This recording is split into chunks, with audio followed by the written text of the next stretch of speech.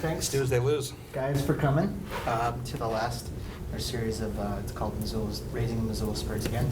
Tonight we've got some folks from Tortured Souls Investigations, a local paranormal investigative group, and take some questions, share some stories, and take it away. Absolutely. Okay, well, guys, thanks for coming. My name is Chris. I'm the co-founder of the group. This is Sean and Nikki.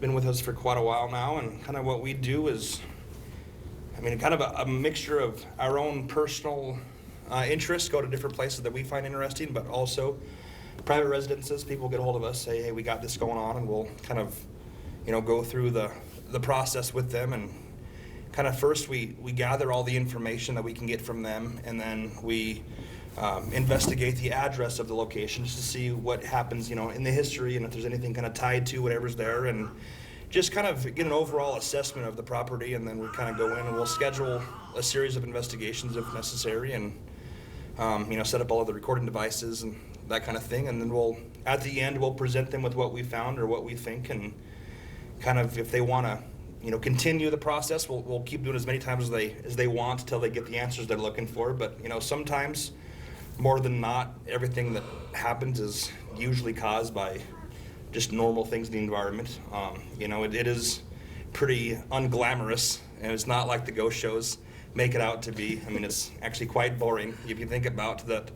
Ghost adventures, say for instance, we just went to the prison 2 weeks ago for the Blaze Ghost Hunt promotion every Halloween that we do, and they were there recording for 5 days to film their one hour episode, and they have multiple cameras going. So when you piece all of that down just to 40-minute runtime or whatever it is with commercials, you can fit a lot of stuff in there to make it seem like the whole thing was pretty packed full of scares and whatever else. And really a lot of it's just sitting there and talking to an empty room and kind of feeling ridiculous a lot of the time, honestly. But it's still interesting. We've always tried to base everything we do off of the history of the place, because I feel like without the history, all you have is a story.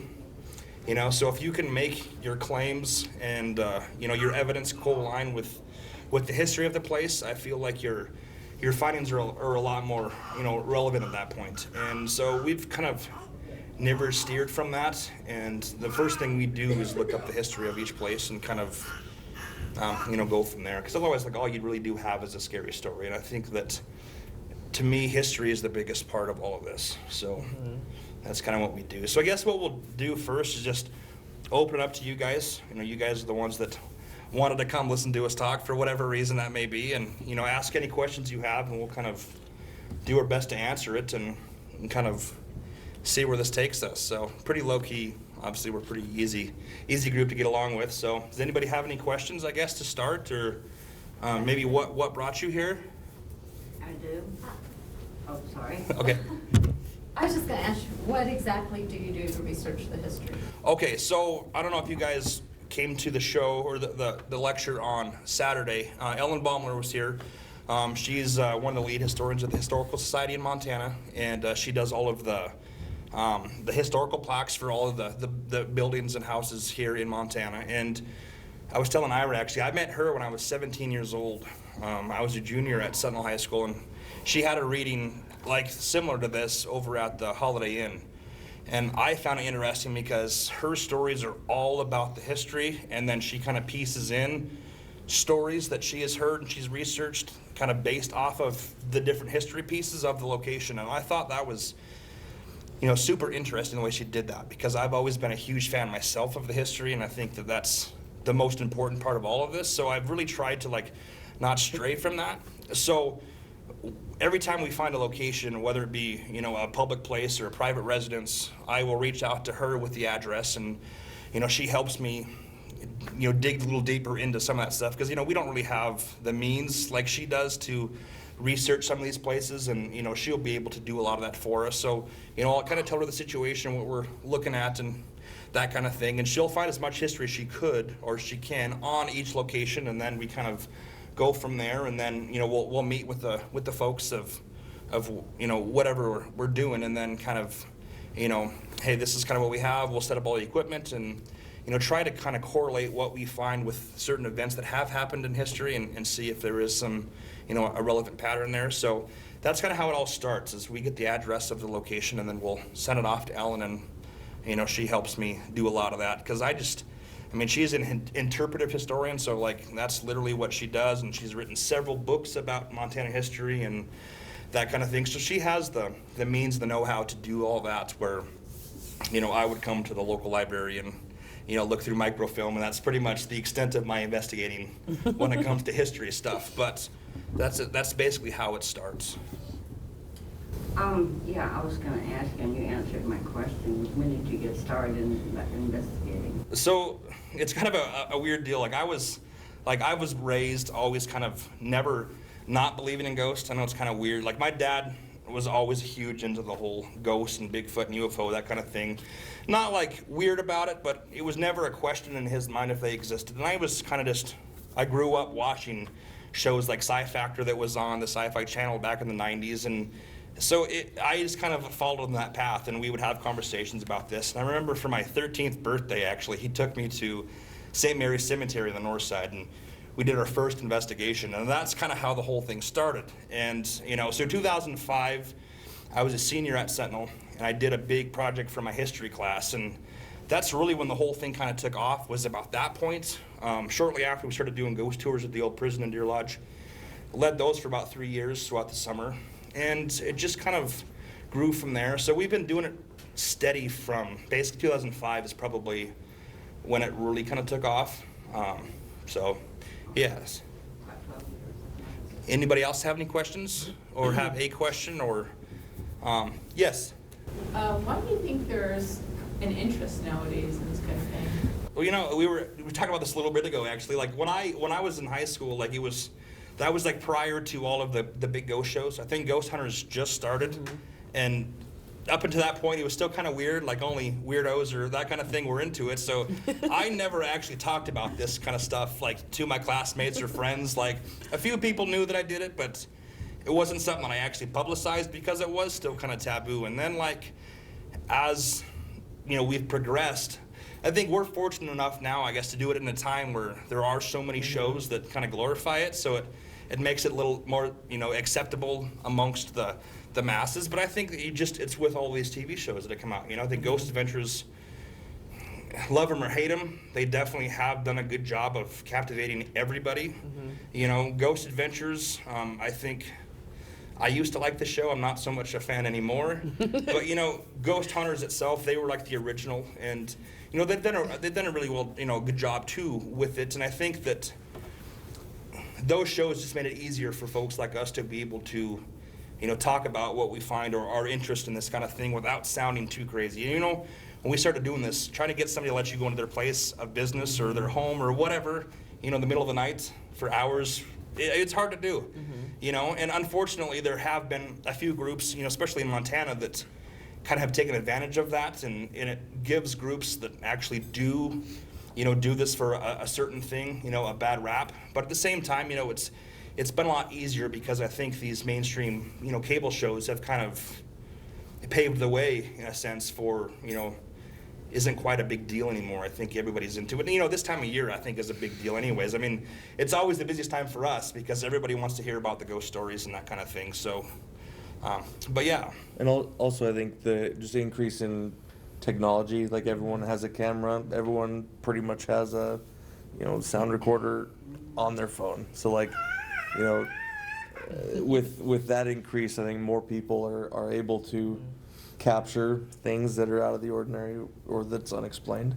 So, in Facebook, everyone can see it, and it just all that kind of info can spread just like so fast that there was we're also kind of putting together a web series called Paranormal Montana that is covering supernatural, paranormal things, like stories and stuff all over Montana, ranging from like creature sightings, Bigfoot, ghost stories, aliens, stuff like that, and it focuses on the stories that people tell, because you go to like a small town and everyone has a story about this road or something along those lines. So it's just interesting that that kind of thing nowadays it's just shares, everyone shares so quickly that I think, that's. Kind of respectable. Yeah. Absolutely.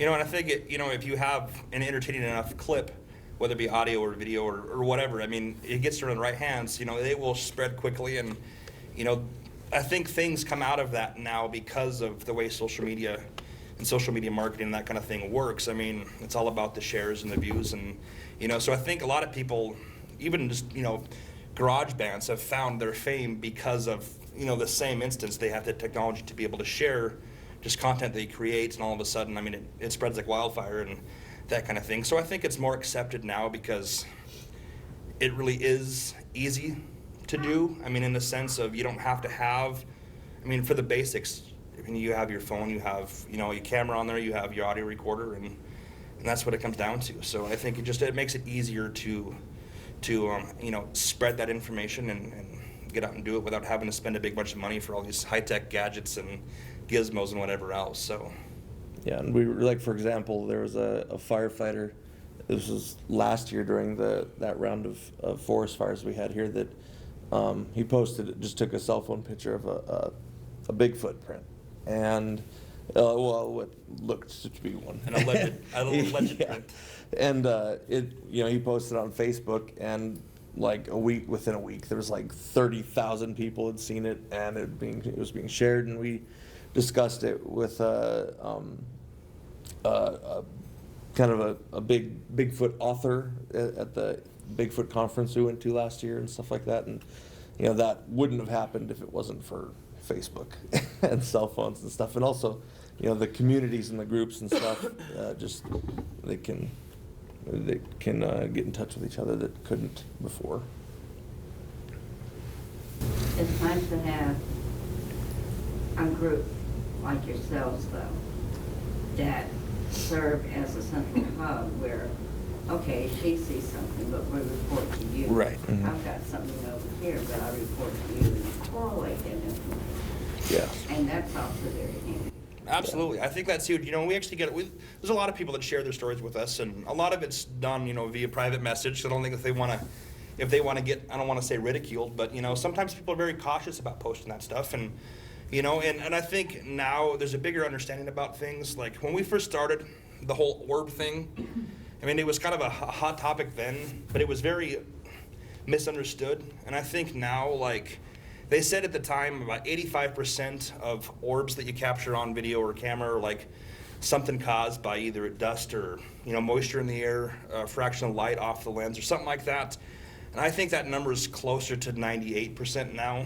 Just knowing with the technology we have, the cameras that we have, there's some clips that we investigated the prison last 2 weeks ago, and I found a couple light anomalies on those cameras, but those are now high definition 1080p, and they're a lot more clear than the old standard Sony night cams and that kind of thing. So you can actually see the wings fluttering in them, and it makes it easier now. And I think there are certain things that when we started were different, but I think just the advance in technology has kind of answered a few of those questions. But there are still a few novice folks that just don't have, I guess, the information that we do, only because I think we've done it now where they haven't, that they see a light or a little dust, something, on even a still photo and think, oh my God, it's a ghost, and that's really not what it is. But, so that's the hard part is I feel like we let people down a lot because they ask us, hey, is this what this is or whatever else? And, Right, and we have to tell them. We debunk it, and they're like, it's probably "Oh, not, man." but, thanks for sharing with us Right. and whatever else. So it is, a lot of people ask us, I'd love to go on an investigation. And then once they actually go, they're like, this is terrible. It's so boring because there is no lot that goes on, honestly. You have multiple cameras rolling for, the shows do it for days. And then you piece all that together for a 40-minute segment. It looks a lot more interesting and fast-paced than it really is. Half the time you're sitting there in a cold prison talking to an empty room, and, you feel ridiculous, you sound ridiculous, but there has been times that we have actually recorded audio in those empty rooms. That's what makes me think, maybe there's something else to this. I've never actually seen a ghost, but I have experienced enough doing this that I know that there's something else. I can't say what it is. I can't say where it's coming from, but, it is interesting, when you do record, audio recording of someone answering your question that you ask, and you're the only one in the room. So that's definitely a pretty cool deal as well. Anybody else? Yes. What is one of the most, I guess, active places you've been? The prison. So I think, like, for me personally, I feel like the prison, but at the same time, like, when we were just there a couple weeks ago, it was relatively quiet. But I also feel like there's a difference between hauntings. I feel like there's the intelligent haunting, where it can interact with its surroundings, and it knows you're there and you know it's there and whatever else. And then I think the residual is like a residual energy. It's almost like it's been imprinted on the environment and it just kind of goes about its business. And a lot of that comes from like more audible stuff, footsteps or, sounding of that kind of thing. And I think the majority of the stuff that happens at the prison probably is residual, the sense of hearing the shoes walking on the, echoing through there, just a little crowd noise or cell doors clanking, that kind of thing. But at the same time, I think there is a piece of intelligent haunting there as well, because we were there in maximum security just a couple weeks ago. It was me, Sean, Amber, and then Jen Kites, and we were asking a question doing this EVP session, and for whatever reason it kept saying I had asked it what my name was, and it kept telling me what my name was, and it was kind of freaking me out. But then at the same time, I've been there like dozens of times, and I thought, well, maybe they remember me, as cheesy as that sounds. But at the same time though, within seconds, they answered our questions as far as, okay, who else is in the room? And they named Sean, and they named Jen, they named me. 3 of the 4 people, it came across in this audio, which is interesting, I don't know what it was, but I feel like there are threads of intelligence, something there, because it does seem to interact with people at times. But I think the majority of it is more of like an imprint on the environment and kind of just goes about its business and, doesn't realize you're there, and, you hear it obviously, but. Another really active place we've been is the Denison Theater at the university. Oh yeah, I've heard. Yeah. And that's super weird too to think about, but it has been probably one of the scariest, I think, for me, just because it has like a weird feel to it. It Like does. you wouldn't think that like a theater, it's relatively new, it looks nice, it's been well maintained, but there's just something about that theater that has like this, malevolent feel to it, that you just feel like there's something kind of oppressing around there. And we did that a few times, and then we were there for 107.5 used to do the Zootown ghost hunt that we would, it was like 2009 probably when we did that with them. And Yeah, I think so too. that was actually the point. Aaron Traylor was with us the first time, and then that following year his wife told him he couldn't do it longer couldn't do because it anymore. she was so scared of what was going on. She was actually on the phone with him at And one that kind point of when thing. we were So I think investigating that- and made him leave. There's all kinds of places, but I think for me, I would say the prison, just because I think it's impossible to have a place like that. 108 years it functioned as a prison. There's every emotion imaginable within those walls. Happy, sadness, everything. So I think for there to be something not left over, wouldn't be accurate to say. So I think that's probably why. It's just there's so many people went in and out of there, so much went on there. It just was a hotbed for everything. And I think you're bound to have something left over, in a situation like that. I read a thing that where there's kind of a theory about theaters in general, about how they tend to be active places for unexplained things like feelings and noises and stuff like that, because of the emotion of that residual emotion that happened in that room, and how it kind of sticks to the walls kind of.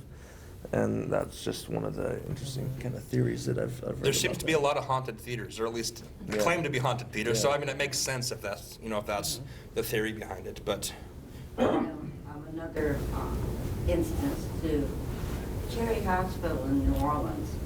After they closed the hospital down, people would walk by here, and there's another hospital right across the street. People would be walking by, and they would hear people up in this hospital, and they would see lights all the time, even though there was nothing there.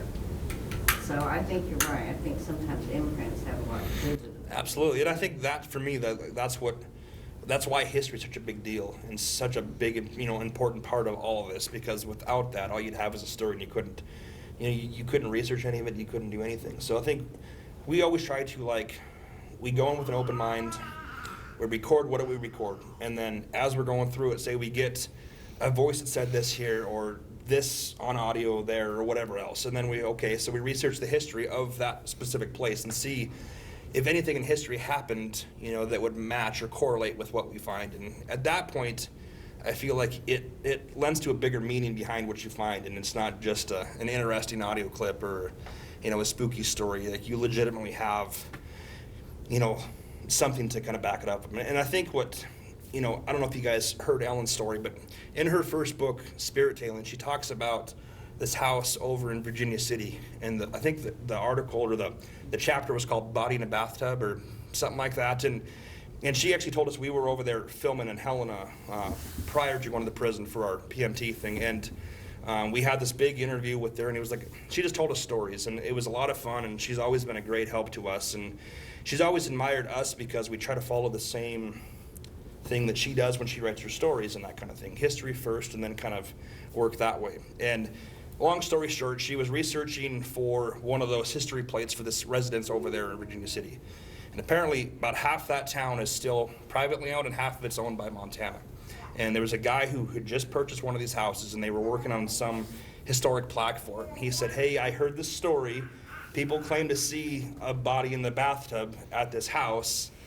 What is the deal behind that? Because I don't want to buy it. I don't want to buy it and move into it if, there's something weird going on." And she's like, "Okay, I've heard it, but I'll look into it." And said she just, went through the history and whatever else and couldn't find anything. All of a sudden, she said, "You know what, I'll look one more time." So she found the previous owner, and there was like I can't remember the exact date, but I think he was like the late 1800s, early 1900s.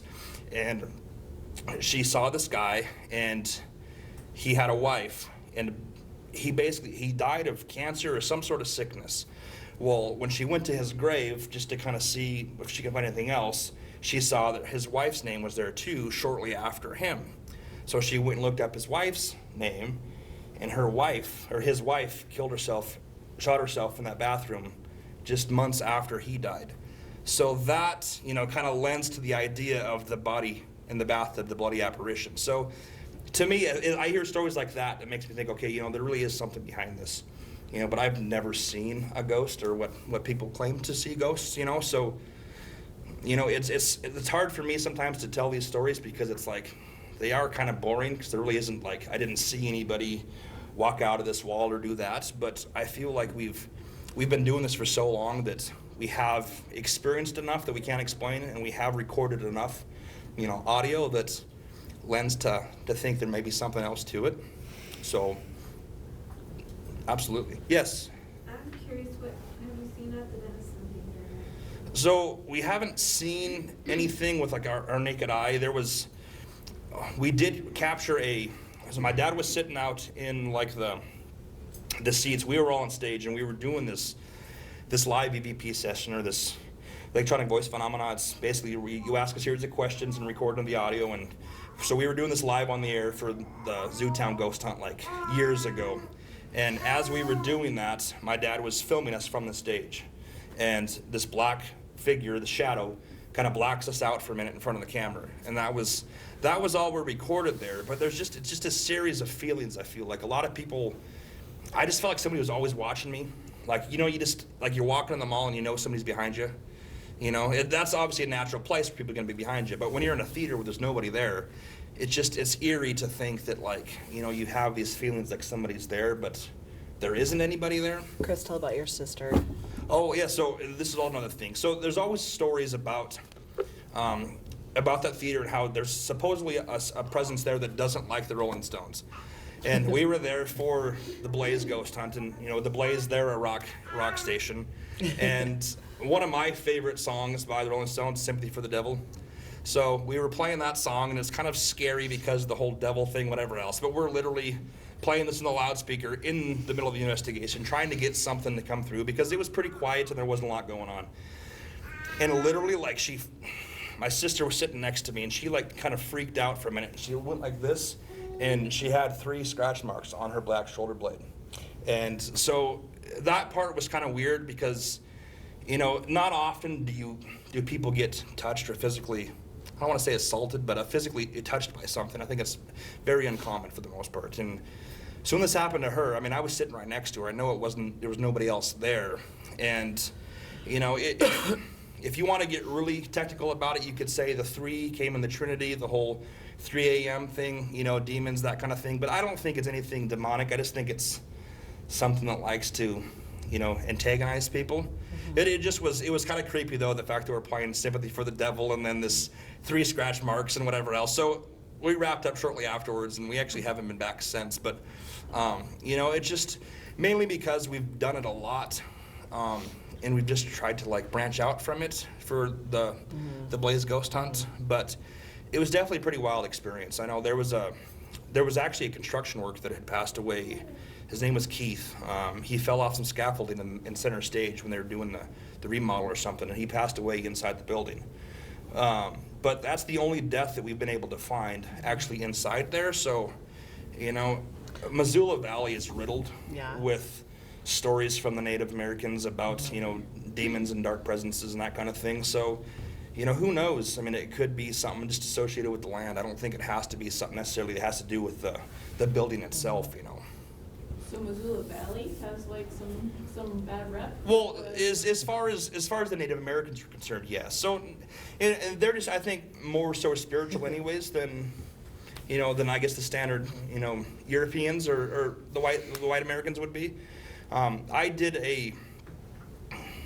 it was like a documentary series for my film class at university a couple years ago, and in doing so, I learned a ton of history about Montana and Missoula, whatever else. But, you know, they named Hellgate Canyon the Gates of Hell because that's where they would basically, you know, they would lure the opposing tribe in and basically get them cornered in that little ravine. And, you know, that along with just the idea of, and I don't know what caused any of this, but they say there's a lot more dark spirits around Missoula Valley in general. So, and like I said, that's something that's passed down from them, you know, from time. So I don't know if there's much weight to that, you know, when it comes historically, but I do know that as a whole, they tend to say that Missoula has a lot more darker spirits around it. And, you know, then again, though, I mean, we don't know what happened here hundreds of years ago. I mean, Montana's still relatively new when it comes to the idea of the history, unlike the East Coast. So,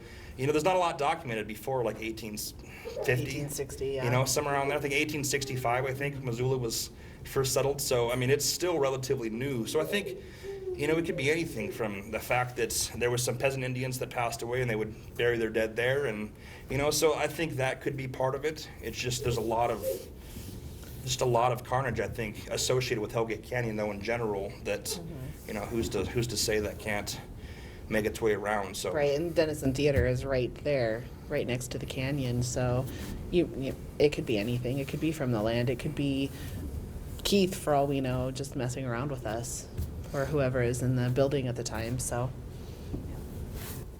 I don't know, there's a ton of history, I feel, about this area, and that's why I love Montana history anyways, because I love the vigilante thing, the whole gold rush, all the Wild West stuff. It's so interesting to me, and I think that's part of the reason why I like Helena so much, because there's a lot of that rich history, and I feel like Helena does a good job. Helena and Butte do a good job of preserving their history, and I'm kind of disappointed in Missoula because we don't really cherish that. You know, let's tear it down, build a casino or a hotel, and, you know, so I think that here, it's hard for people to access some of that history because it isn't preserved like it is in other areas, you know, in Montana where it is so rich in that. So, you know, I think it could be a many different things, but, you know, I've just known through the years talking to some of the Native Americans that just their culture in general was more spiritual, you know, so who knows what those spiritual beings are. I mean, it could be their gods for all I know, you know, but none of it's really ever documented in history, though, either. I think it's prior to documentation, so it's kind of hard to figure out what the actual reasoning for some of that stuff is. Anybody else? I have 2 questions that are kind of separate.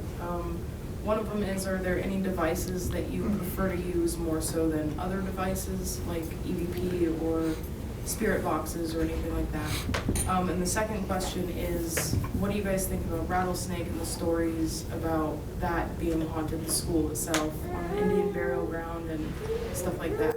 That's what I was told. What school? Rattlesnake. So Rattlesnake Middle School? Like up higher or the one down low? It's where? It's the old middle school, the one up higher. Okay, so the one, well, I don't know much about that, but I do know, so they built a bunch of those new houses right there in the backside of that, Yeah. so that used to be the old poorhouse, and there was a cemetery on that at one point. And they did say they relocated those graves, to the city cemetery once, Missoula County basically started that one over the north side there. But I don't know if they got all of them out, but I do know that there was a Japanese, or there was a Chinese burial ground underneath, what is the one next to the mountain? It's Breno, that Breno Street. Okay, yeah, so right underneath that was it? Right by where the avalanche was about Yeah, 5 yeah, years exactly. ago. Sure. Oh, okay. Yeah, Prescott School. Yeah, so Yeah. that they're actually, I've heard there is still burials there underneath there. It used to be, that was kind of like the Chinese area for the railroad and that kind of thing. They had actually even, shoot, I read this story somewhere, and I can't, because I was actually researching the same thing. But there are supposedly still certain folks buried underneath that one. That used to be a cemetery for the Chinese and that kind of thing. So that whole Rattlesnake area, I think, is filled with those stories. Just because I think it's an old area and it was inhabited by Native Americans, I think. I think that's kind of the earliest that we know of, just because, history wasn't documented here until the 1860s. If you Google the Missoulian, they did an article last year when they did dig up a water line and they did find coffins. Yeah. So they said that a large portion of the people are still there because the families had to pay to Right. donate or And I did hear that one of them, actually, they did find a coffin that was relatively, extravagant. As a child. Yeah, and it had gold or brass, hardware on it. I don't know, I guess what the terminology would be for that. But, a lot of them, I think that if you couldn't pay to have them, relocated, they just they stayed where they were. And that's the cemetery that's across the way from Carroll College in Helena, Benton Avenue. That cemetery has a lot of that too. Some of those bodies were dug up and moved 2 different times, so it just back then they didn't really have much of an idea of either what they were doing or didn't really care, and it was somebody else's problem, wasn't theirs. And Central School over there was built on an old cemetery that they moved, so I think I don't know, all that stuff is interesting to me because I'm not sure I believe all of it, but at the same time, you wouldn't get me to buy a house on what I knew was an old cemetery just because the same reason I won't try a Ouija board.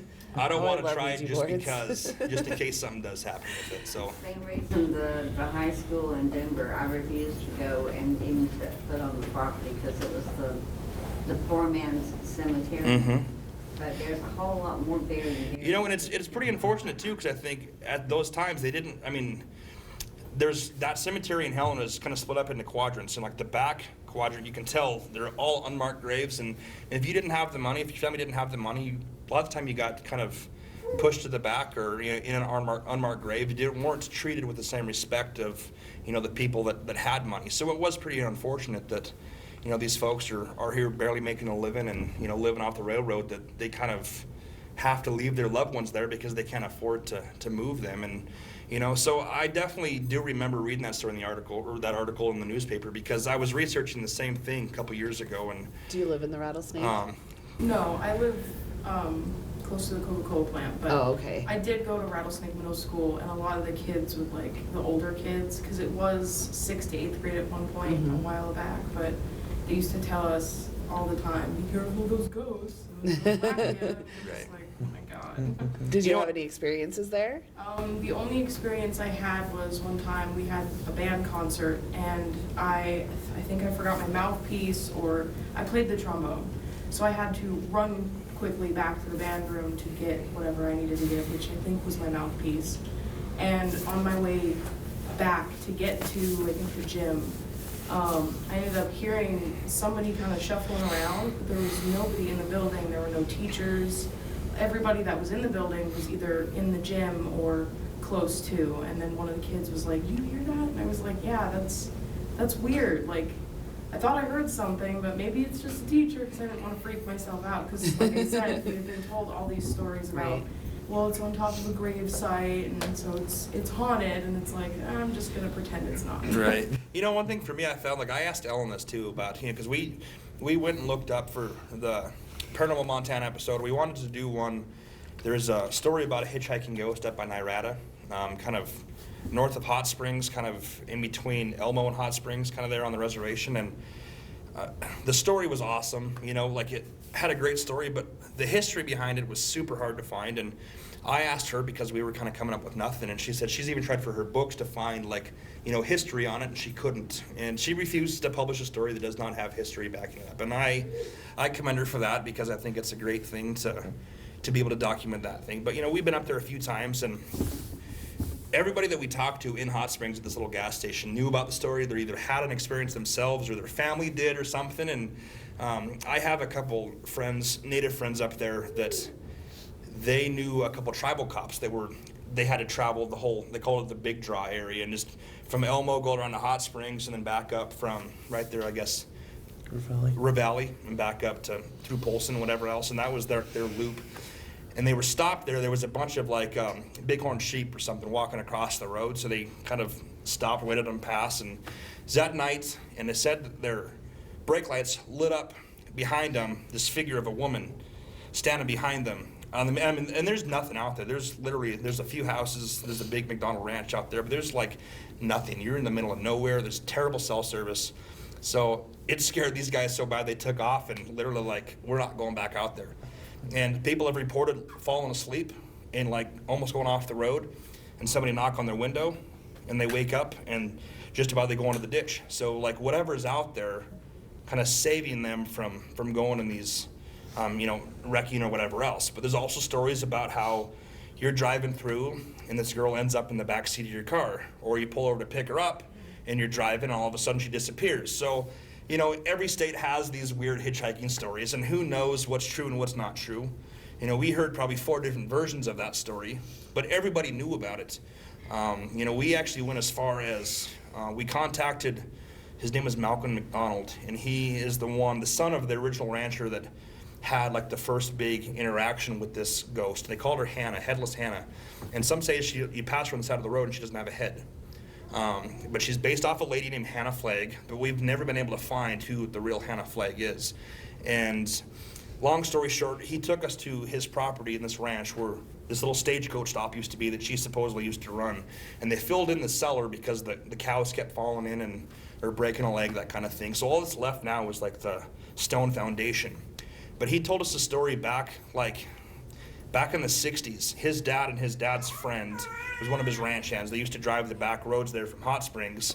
You know, they'd get a little tuned up at the bar, and then they'd just drive back on that back road rather than going on the highway. And then sometimes they'd pull over along the side of the road by that stagecoach, and they would just, you know, sleep it off or whatever. And his dad's friend kept saying, hey, God, I met this woman last night. She had 2 little kids, blah, blah, blah, blah, blah, whatever else. And, like, literally the guy thought he was nuts. Like, there's nobody out here. This thing has been sitting empty for decades and whatever else. Well, remember, he was at a barber over in Polson, and he heard somebody say, oh, yeah, you're from Nirada. And he's like, yeah, absolutely. And they're like, oh, yeah, so you know Hannah Flagg, or the story of Hannah Flagg. And he's like, who's that? He's like, oh, yeah, she's the lady who used to run the stagecoach stop, had 2 little girls. And, like, he, like, almost crapped his pants because literally his friend kept telling him about how he saw this girl, or this woman and her 2 girls, and she would help them and whatever else, but he was always him, and he was always drunk when this happened, so the guy thought he was just nuts.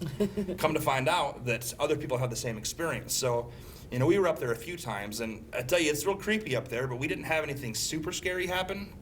Like, there was a point where we heard, like, livestock, like, rustling, like something was chasing them, but we didn't see anything. But, like, then again, it's so dark. There's no cell service. You're, like, in the middle of nowhere. So without, that's really narrow. Yeah, and super narrow. And there's literally there used to be a hotel and a bar there too. And literally, there's nothing there anymore. The hotel and the bar burned down. But people used to say that the hotel was haunted as well. And, you know, so it was a super cool story to kind of have as a premiere episode for our series. But then we found that, like, all we had was a story. We couldn't document anything. And, you know, what are you going to do, drive up and down the highway for 2 hours because it's literally like a 10-mile stretch between 2 places and there's no, like, focal point in a lot of it? So unfortunately that happens a lot. And I asked Ellen about that. She's like, I think that just like stereotypes, I feel like there's a kernel of truth in everything, but what is that kernel of truth? And, it has to start from somewhere. Somebody has to be this Hannah Flagg person, or she has to exist on some level, because, where else would that come from? So I'm hoping one of these days we'll be able to kind of, dig deeper into that. But, that happens a lot for us, that we find, is that people come to us with these stories and then find out that what they said happened, nothing even remotely happened, along that. There's a group, or I saw somebody posted something about an investigation over at the Mead Hotel in Bannock, and it's widely known that there was a young girl that passed away there, but not inside the motel. She died, and there was like a little settling pond outside. She fell through the ice and she drowned. Well, somebody posted on this picture, oh yeah, upstairs in the room, this girl was shot and killed up there. And like, that never happened. Like, she never, and I asked Ellen about that again, because I'm like, I'm pretty sure that's not like accurate. But so I think sometimes you have people that kind of perpetuate the stories, and kind of, it's like telephone, the telephone game. It starts off as this, and then this person tells this person, so all of a sudden this thing happens, and then you have this huge grand story that really is like 25% true, because it's just been embellished so much over the years. And so trying to weed out all of that is kind of a hard thing too. But I think we're looking for cool stories, and I feel like as long as we can show a cool story to you guys and try to find the reasoning behind it, I feel like that's success for me. I don't have to actually film headless Hannah walking along the side of the highway. If we can document where she came from and how she may be this headless apparition hitchhiking along the road, then I think that'd be kind of cool too. But Okay, well, we have to answer her second question first. oh, sorry, I get rambling. And Yeah, you do. The equipment. Equipment. The second question was just The equipment. about the equipment. What Okay, you so I prefer think and like stuff obviously it's always nice to have like video cameras. Unfortunately, like some of you have like super limited like area for power in some of them. Sometimes you go through a ton of battery, because one of the theories is they actually pull energy from its environment or something around you, and so a lot of the time your batteries will end up getting drained quicker than they would somewhere else. The other issue I feel like sometimes is having enough batteries to be able to last, or that kind of thing. But cameras are always nice because you can get actual video with the audio. One thing we've used a lot is the K2 meter, I and love the because K2 it meter. has a series of lights on it that, and originally it was created to, like for electricians, honestly, like the EMF readers, all they do is like detect like fluctuations in the energy field, and they use them to find faulty wiring and that kind of thing. So you can tell if if you have like a bum outlet, or and that's basically all it is. So, but the That's my K2 is a favorite. series of like lights by different readings, and the higher the reading, the further it would light up. And you could ask questions and say, okay, if there's somebody here, make this go up to red or whatever. And red's like the biggest point. Or even your cell phone goes in front of that, it won't go red. So that it's kind of like it has to be something else. Right. So we used that a lot at the prison this last time, and I mean I feel like you can have a general conversation with something, but at the same time it doesn't always work. But Right. it seemed to be pretty responsive, where you could ask a series of questions and say, okay, if it's a yes, then make it light up, and then if it's a no, then know it, and then it would do that. So I mean, what that is, I have no idea. The ghost boxes are awesome, but at the same time, it's hard to tell with a ghost box, because all it does is send jumbled up radio frequencies through. So I mean, you still pick up radio stations on that, and it'll stop for a split second, and you can hear a DJ's voice coming through or part of a song. And so what we've started to do in that sense is we ask a series of test questions like throughout the entire night, just to see, it's okay, so what color shirt am I wearing? And we'll say black. So we'll ask that the same question 3 or 4 times throughout the night, and you get the same answer. So I think that kind of adds some validity to it, whereas it's not just the coincidence of the word black coming through from a song or somebody talking. Yeah. But then again, it's still hard to hear, because there's a lot of different noise. I mean, you got the static from the radio going on, then you got lyrics, and sometimes like the DJ coming through. Mm-hmm. But I feel like it reminds me of, if I was to explain what it is, I feel like it's It's like when you were a kid and you had like the alphabet soup and you would make like words out of your soup. I think that's kind of, to me, how the whole process works. I mean, it takes bits and pieces of things that are being said and kind of manipulates that. Yeah, absolutely. So, It just takes yeah, frequency. absolutely. So I think that, I mean, if you were one to believe in that, I think that that's kind of, you know, the idea behind it.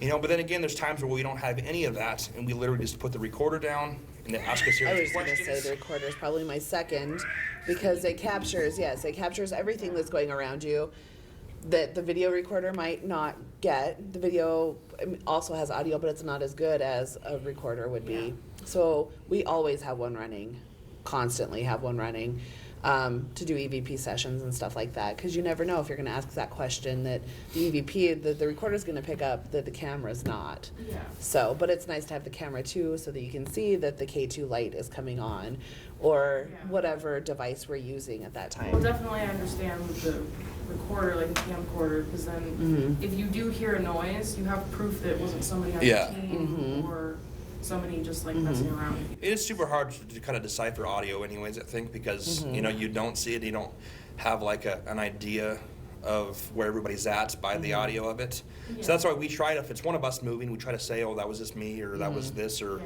dog barking outside. That way you kind of like debunk it right away versus listening to it and think, oh God, what is that noise? Or, you Yeah, know, that was a where car that just you know went it was by. something caused by the environment, but so we just try to call that stuff out now, Yeah. so we don't have to deal with that later on. Yeah. You know, one thing we started using this time too was a pendulum, and that's something that I've never used before, and I think it was kind of, It was really cool. It's just I'm a interesting, I skeptic with think. pendulums, because I'm pagan, so pendulums are kind of a thing with our religion. But also, I believe that the person's energy can move the pendulum. So I was a huge skeptic about the pendulum until this last investigation. yeah, it was weird to see, like, you know, it's kind of just hanging there, and all of a sudden, like, you ask a question, it's okay, spin it this way to say yes, this way to say no. I mean, it is weird to see it spin and then all of a sudden stop and like When go you the ask other it to direction. stop it, when you're like, okay, And your can you hand's not stop it? moving, so And it that's- stops. It's crazy. And I don't think I would believe it quite as much if it wasn't for, like, if I didn't do it myself. Uh-huh. And, you know, and I'm kind of like a skeptical believer. I believe in a lot of this stuff, but I'm also like kind of skeptical just because like it's hard to fathom a lot of it. I mean, it's hard to think that there's no way this is true or did that really happen. And, Right. you know, and that's kind of the approach that we've taken, that, you know, I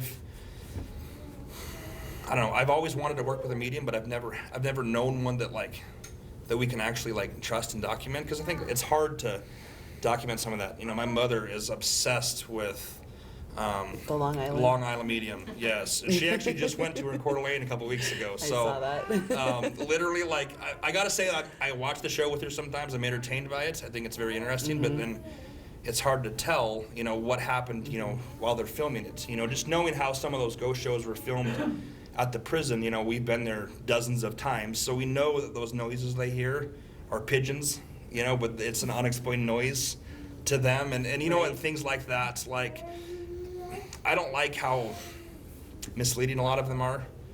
And, you know, saying what you can and can't say to the staff and telling them, giving them a script to kind of, hey, this is what we're going to talk about and this is how the episode's going to go. Like, that's not real, you know? But then again, if it was real, you wouldn't have the success of 17 seasons or whatever it's been. So, you know, it is kind of unfortunate that it happens like that. But, you know, that's why I say it's harder to... When Sean and I set out to film this whole Paranormal Montana thing, I thought it'd be, oh, this is going to be simple. And it really isn't. I mean, trying to find something that people are actually going to want to watch and not just us driving up and down a dark highway for 2 hours, I mean, it is kind of boring. So, Have you considered drinking like a beer, maybe not being the driver? I don't condone Right. driving, but just like somebody else is driving, but somebody has like alcohol, maybe the smell or something about alcohol itself is bringing out this ghost or... you know, not up there. I know people have in past. We tried not to, and I don't like the idea just because I feel like your senses aren't sharp at that point, and it's hard for like you to like document that. Yeah. But at the same time, I feel like there might be something with that. But there's even people that haven't. I mean, for the Nirata case, there's people that have, you know, been drinking and said they have seen her, or, Yeah. you know. So it's hard to say what actually happened and who Hannah Flagg or Headless Hannah really is, but I think that there's things like that may yield better results, but at the same time it's hard to document that when you're saying, okay, I'm 3 beers deep now and I saw this on the side of the road. We heard Are you stuff, just but buzzed we're or what's kinda going drunk. on? I have a couple of questions. So when you said you heard like this voice talk back to you, how often has that happened? Well, I've never once heard like a voice say anything back to us, like with our ear. Like it's always on the recording. And that's what's so weird about it. Like I cannot tell you like why that happens, because honestly I have no idea, but all the audio that we've ever recorded, we never hear the audio with our ears at the moment. It's all been on the recorder. I have something to say about that. So she has one, and I have just one. a couple, like, there's like probably, I've recorded 4 or 3 myself, and then Nikki had one at the prison a couple years ago, and I think those 4 I think are. But I didn't hear that one with my ear. Right, that's what I'm but saying, Casey yeah. and I heard something this last time that with our ears that we didn't catch on the recorder. So it's weird, and I have noticed sometimes too that, and I don't know why this happens, but you'll actually record the answer sometimes before you actually ask the question. And that is super strange, and I honestly cannot tell you why that happens, but I was doing this project for school, like we were at Main Hall over at the university, or Rankin Hall, excuse me. And we were upstairs in one of the rooms. They say that the ceiling tile fell down and something pushed the professor out of the way before it crashed on his podium. Well, I asked somebody, my dad said, well, if there's somebody here, make that motion sensor go off out there in the hallway. And I hated when it went off because it was this god-awful alarm. And it was terrifying to know that, like, it's dark out there and this thing is going off and I have to go out there and turn it off because nobody else would. And, like, just thinking I think that was something before maybe I out there. joined the group because I would have been the one. So my dad said, hey, make this alarm go off. There's something out there. I said, well, is there anything out there in the first place? And he heard a guy's voice say yes. And I didn't hear it until the recorder picked it up. But it wasn't picked up on the video camera that was rolling. So that was strange. And, so that, and then we were at the old prison, 2005. We were out in maximum security and asking us a series of questions to literally like a blank room. And my dad's friend, Adam, was asking a series of questions. And he said, is there anybody here? And there's a pause.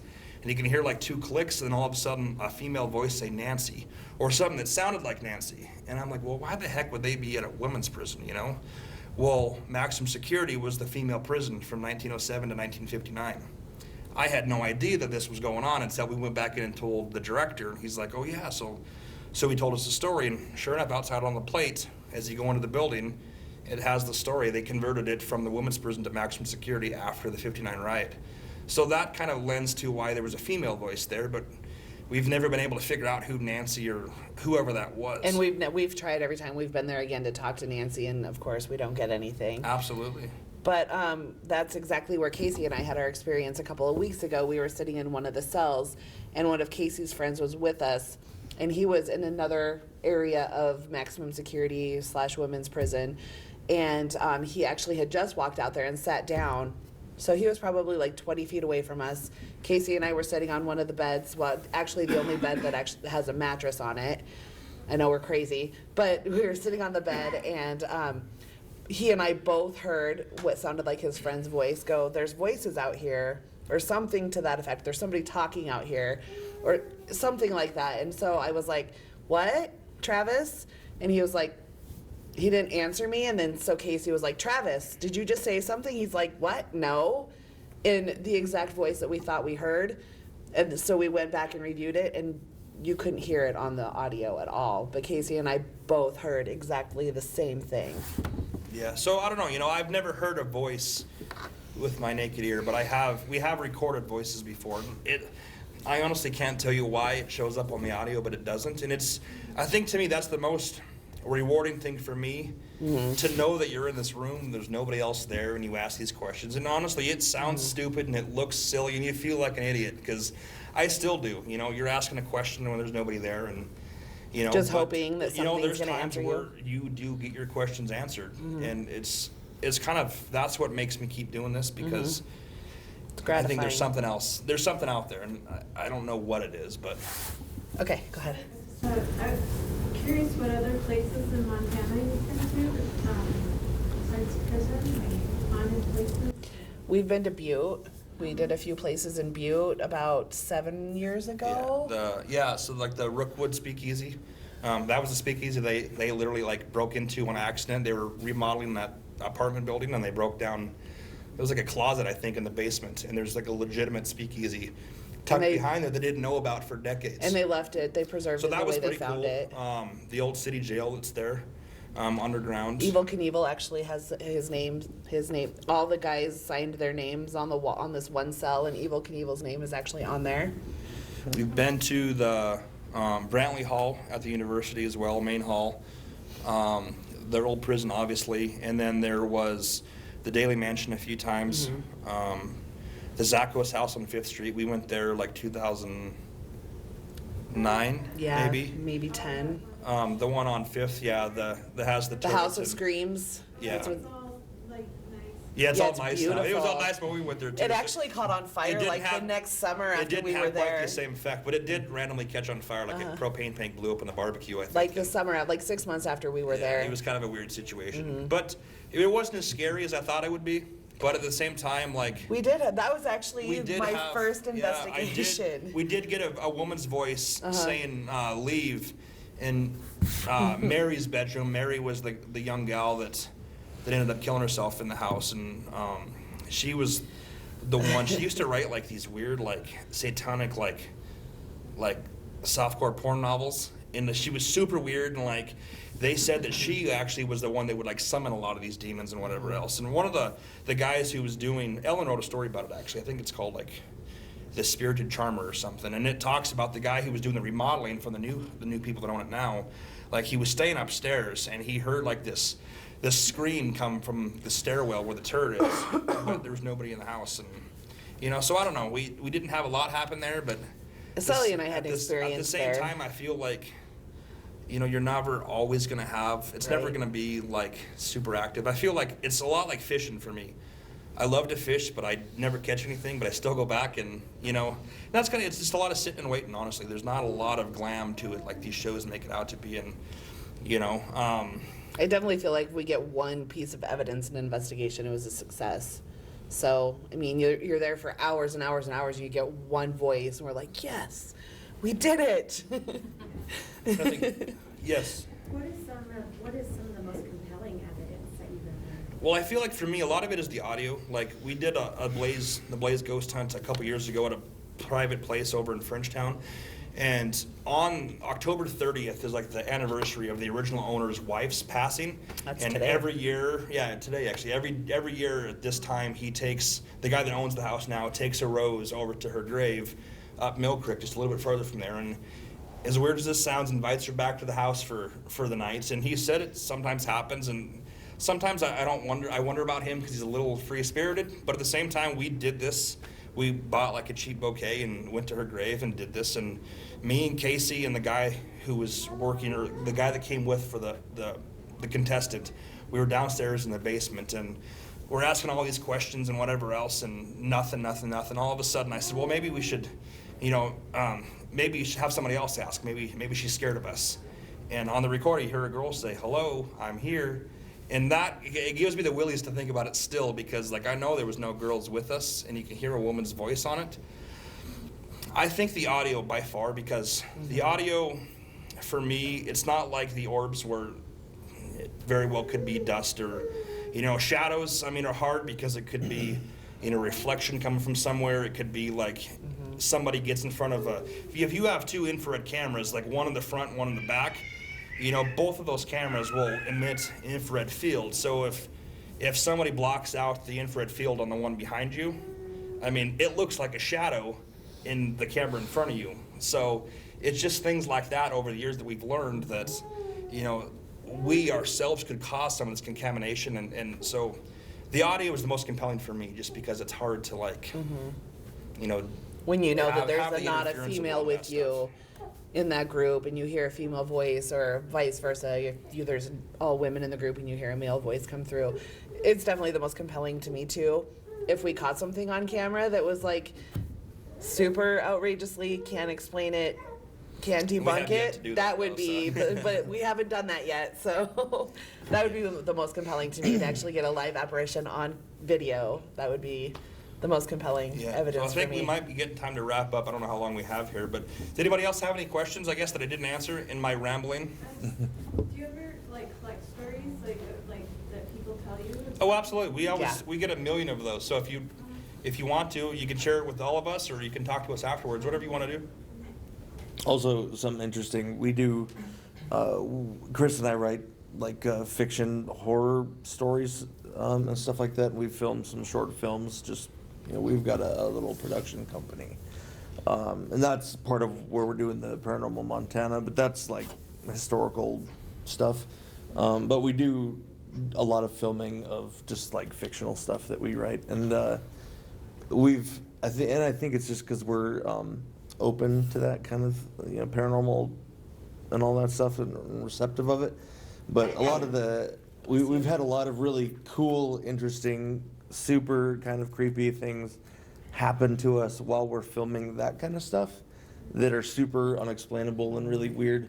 But it's all stuff that we're there filming something fictional, so it's always when we don't have cameras on. And stuff like that. And you see about, even Hollywood talks about that, these weird things that happen on the set of horror movies, and, Insidious has had, same thing with Poltergeist and all that stuff. So who knows what it could be, but there's been several instances where we've been filming like a scene for our short film or something, and something happens. Like, literally, like we were filming one at my mom's place, and she had like a bunch of kids' toys for my nephews, and there's this ball that like is battery operated, and you turn it on, like, a switch to turn it on, and it kind of like rolls. It's counterweighted, so it rolls and lights up and makes creepy little giggle sounds and whatever else. And we were literally filming this scene, and this thing, like, nobody was near it, and it turned on and rolled across the living room floor. And like, and we've been there all day. We were there all day, and we were filming for that Montana Demon House or Missoula Demon House a couple years ago, and like literally at his place there was silverware, like a fork that kind of came crashing down off the cupboard, that nobody was even near it. So it's just weird. I think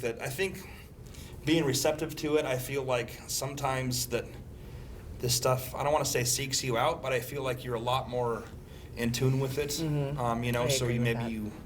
and I think that's, everybody asks me, like, the big question is, why do you do it at night? Like, do things only haunt at night? And I don't think that's the case. I think that at night, though, it's quieter. There's less going on. It's easier to bring it all in. Like when there's just a few people there versus, an entire business and traffic noise, everything else, you're just, Way too you're able to, contamination, I think. experience it a lot more, because it's just, there's less going on. It's easier to notice, I think.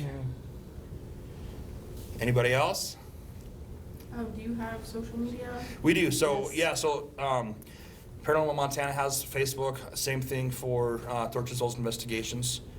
Just Tortured Souls Investigations on Facebook, and absolutely. And we kind of try to share each other's stuff back and forth, so that way you'll be able to see what's going on. We're trying to get the series up and going for spring, early summer. Just a lot to do with it, and I don't want to rush it out. I want it to be perfect, because it's just kind of, I think it's a waste of time if we don't. But yeah, absolutely. And we try to keep everybody up to date with what's going on. And like I said, we're still kind of combing through all the stuff from the prison, so we'll post all that stuff as we go. And listen to the Blaze tomorrow too, because he'll have snippets of it all day. Well, not all day. He's done it too. So from like 9 to 2, he'll have snippets of our investigation on the air throughout the day. That's what he does every Halloween after we do our investigation. So Yeah. Do you have a YouTube channel? We do, yes. The Malevolent Films does, and that's kind of Sean and I's, our side, like, production thing. So that's kind of it for right now. There is one Write it all for down for TSI, but it has not been updated for a long time. We're kind of bad about that. So trying to regroup and kind of move forward. So yeah, that's... Lights get ahead of us Yeah, sometimes. definitely Facebook, Tortured Souls Investigations, and, we're right there. And I said we try to get back to everybody if they have questions, and, absolutely. Well, thank you guys for coming. I'm sorry that I ramble a lot. I know that I could talk about this stuff forever, so it's kind of, it's unfortunate we only have a little bit of time, but does anybody have we'll any other hang out questions? for a minute too if you guys want to talk to us personally and not announce your questions in front of everybody. Yeah. Okay, well, I guess we're good to go then. Thank Cool, you. thank you guys.